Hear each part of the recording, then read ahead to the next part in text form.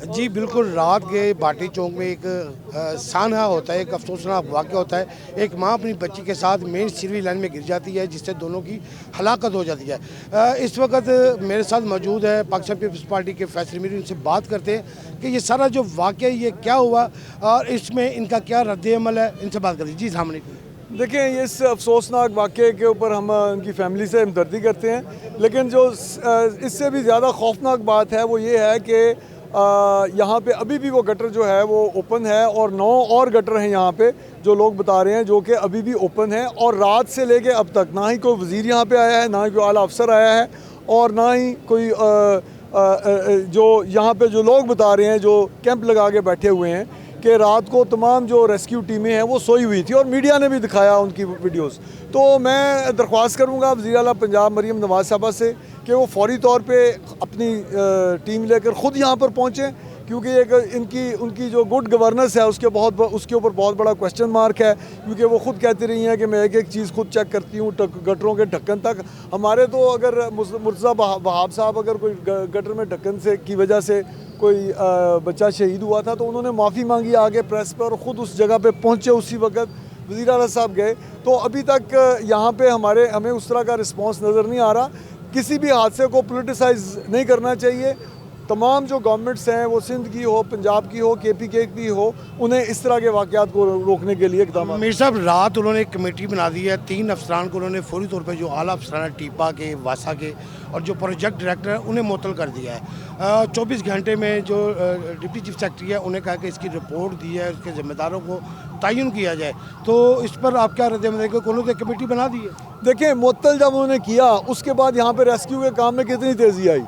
असल पहला टारगेट तो ये था कि जो बच्चा उस पानी के अंदर गुमा हुआ है उसको ढूंढें।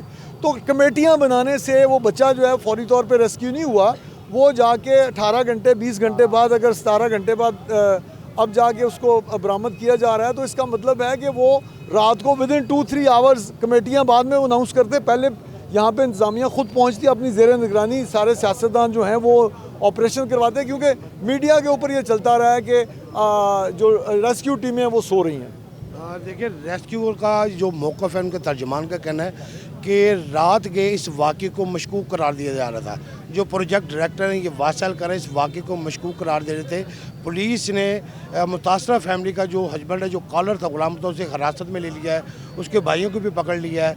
मगर रेस्क्यू तर्जुमान के मुताबिक कि रात के उनका कहना था वो किसी सूरत भी ये ऑपरेशन बंद नहीं करेंगे, वो अपने आखिरी खदशे तक ये करेंगे।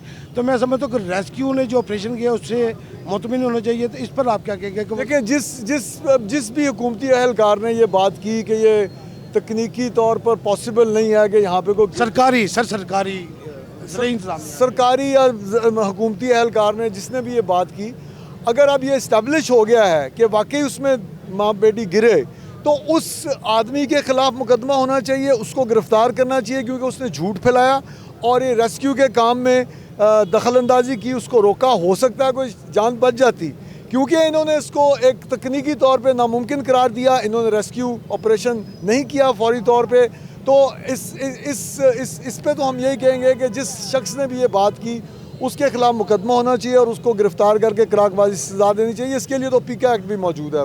अच्छा, मुझे बताया कि कराची पीपल्स पार्टी और आप पीपल्स पार्टी से क्या उसके हवाले से तो आप, क्योंकि पीपल्स पार्टी कराची हुकूमत, जो सिंध हुकूमत है, काफ़ी तनकीद का शिकार है, तो क्या आप गेम नहीं होगी ये कि भाई इधर भी एक ऐसा खौफनाक वाक़या पेश आता है जिसमें किसी भी किस्म की, क्योंकि ये तरक्याती काम तो जारी हैं, इन्होंने जगह जगह लिख के रखा हुआ एहतियात बरते और इस तरह ये एक वाक़या हो जाता है, तो इसे आप किस नज़र से देखते हैं? क्या सियासी नतीजे से तो नहीं देख रहे? देखिए, यहाँ पे लोग बता रहे हैं कि यहाँ पे पहले भी 1-2 दफ़ा ऐसे वाक़यात हुए कि लोग उसमें गिरने लगे थे और उन्होंने शिकायत भी की कि इसको कवर करें सारा कुछ।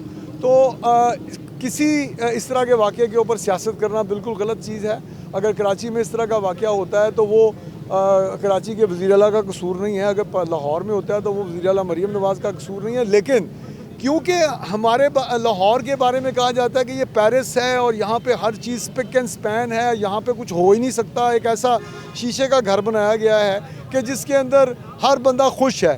तो अगर इस तरह का वाक़या होता है तो मेरे कहने से किसी ने सवाल नहीं उठाना, वो खुद ब खुद उठेगा कि अगर इतनी आइडियल सिचुएशन थी तो ये बच्ची कैसे गिर गई। ये देखिए अभी ये तरक्याती, आप जहाँ पे खड़े हुए वहाँ पे तरक्याती काम हो रहे हैं, क्रेनें लगी हुई हैं, एक प्रोजेक्ट इधर डेवलप कर रहे हैं। तो आप समझते कि ये डेवलप होने के बाद ये पेरिस जैसा होगा? देखिए इसके ऊपर मैं डिबेट ना ही करूं तो बेहतर है, क्योंकि यहाँ पे हज़ारों ख़ानदानों की रोज़ी इस पेरिस के नीचे दबी हुई है। Thank you. फैशन मेकर का कहना है कि इस पेरिस के नीचे हज़ारों अफराद की जो रोज़गार है वो दबा हुआ है। अब 2 लाशें जो हैं वो इस प्रोजेक्ट ने ले ली हैं। लोगों इनका कहना है कि लोगों का ये भी कहना है कि जो 7 से 8 मेन होल्स हैं उनके ढक्कन ना होने की वजह से पिछले दिनों भी ऐसे वाक़यात होते होते बचे हैं। मगर ये रात के जो वाक़या होता है, गुज़िश्ता रात ये वाक़या होता है, इसमें 2 कीमती जानें चली जाती है। रेस्क्यू वालों को ऑपरेशन रोकने के लिए ज़िले इंतज़ामिया ज़ोर देती है। इनका कहना है कि ज़िले इंतज़ामिया की कोताही की वजह से ये ऑपरेशन लेट हुआ। 2 जानें गई। जिसने इस वाक़े को मशकूक करार दिया उसके ऊपर एक FIR होनी चाहिए। जी।